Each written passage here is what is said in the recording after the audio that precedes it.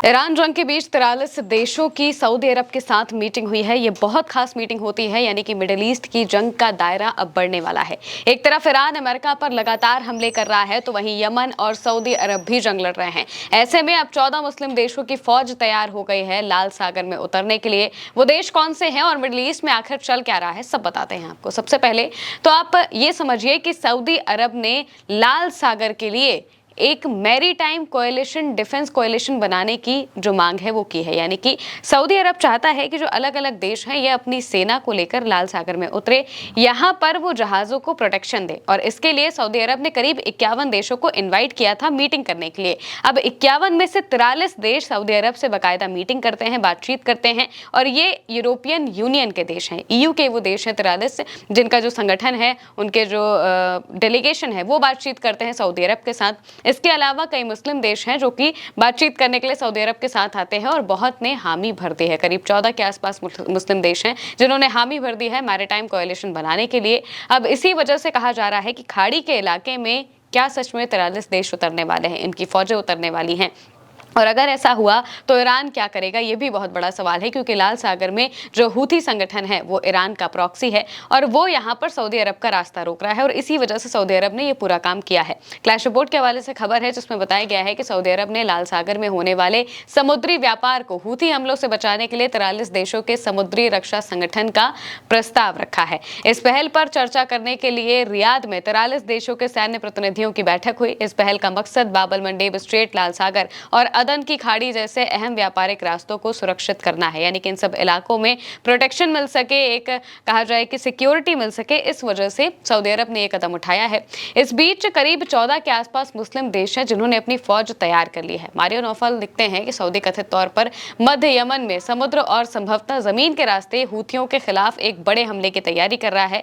लक्ष्य दक्षिणी लाल सागर और बाब अल मंडेब स्ट्रेट के माध्यम से अपने तेल एक्सपोर्ट पर मौजूदा रोक को तोड़ना होगा।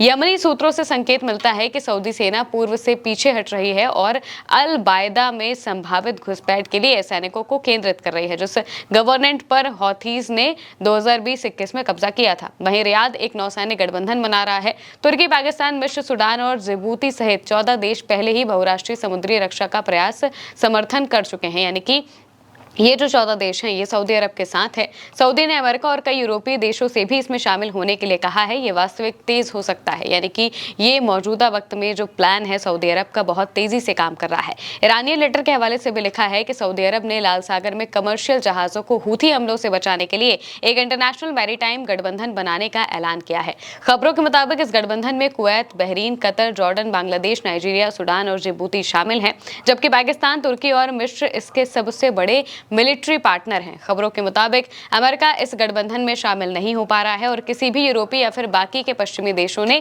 इसमें हिस्सा लेने की सहमति नहीं दी है। मीटिंग जरूर पश्चिमी देश कर रहे हैं, लेकिन वो पूरी तरह से इसमें आने के लिए भी जो कहा जाए कि परमिशन है वो नहीं दे रहे हैं, या फिर पूरी तरह से आने की जो सहमति है वो नहीं दे रहे हैं। लेकिन 14 देश जो मुस्लिम देश हैं वो ये कह रहे हैं कि हम इस कोएलिशन को बनाएंगे और यहाँ पर जो कहा जाए कि जो फौज है वो उतर सकती है, इन सभी देशों की जो नेवी है वो उतर सकती है। अब इसमें कौन कौन से देश है? इसमें तो सबसे पहले वो देश है जो कि ईरान के हमलों से परेशान हैं, जिनमें कुवैत है, बहरीन है, सऊदी अरब तो है ही, कतर, पाकिस्तान, तुर्की, मिस्र, जॉर्डन, यमन का वो वाला हिस्सा जो कि अंतर्राष्ट्रीय सरकार जिसको मान्यता देती है वो वाली सरकार। इसके अलावा Bangladesh, Nigeria, Sudan, Djibouti, Somalia, ये वो देश हैं जो कह रहे हैं कि हम एक मैरीटाइम कोएलिशन बनाएंगे।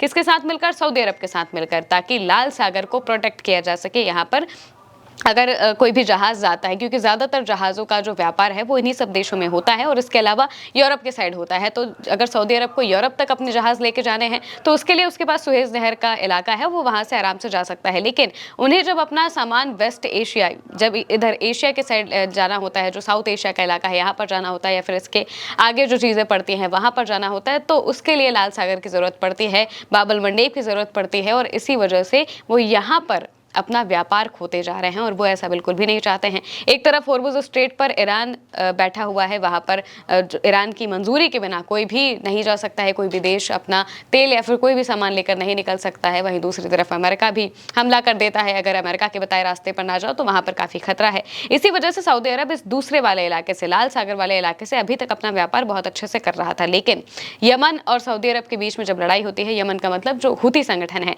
उसमें और सऊदी अरब के बीच में जब लड़ाई होती है, तो फिर वहाँ पर जो हुती संगठन है वो साफ तौर से कहते हैं कि हम इस बाबल मंडेब को बंद कर देंगे, सऊदी अरब के लिए यहाँ पर हम आने नहीं देंगे। इसके अलावा इजराइल के लिए भी ये रास्ता हुती संगठनों ने बंद करके रखा है। और इस बीच में जब सऊदी अरब बहुत ज़्यादा परेशान हो चुका है तो वो उन्होंने अब ये कोएलिशन बनाने की बात कही है, जिसमें बताया जा रहा है कि 43 से ज़्यादा देशों के साथ मीटिंग हुई है और 14 देश पहले ही इसे समर्थन दे चुके हैं, यानी कि वो अपनी सेना को लेकर यहाँ पर उतर सकते हैं। और इसमें जो तुर्की है, जो मिस्र है और जो सऊदी अरब है, ये इसके साथ में तुर्की, मिस्र और पाकिस्तान, ये जो 3 देश हैं ये इसमें सबसे बड़े मिलिट्री पार्टनर्स हैं। ये अपनी सेना को यहाँ पर तैनात करने के लिए पूरी तरह से आगे आ रहे हैं और कह रहे हैं कि हम इस तरीके का काम करेंगे, अपना जो भी व्यापार है उसे बचाने के लिए, जहाज़ों को प्रोटेक्शन देने के लिए यहाँ पर उतर सकते हैं। जिसका मतलब ये है कि अब ये जो जंग का दायरा है ये बढ़ता जा रहा है और मिडिल ईस्ट में और भी देशों का दखल हमें देखने को मिल सकता है आने वाले वक्त में। मौजूदा वक्त में जो स्थिति है ईरान और अमेरिका वाली, वो बिल्कुल स्थिर हो चुकी है। वो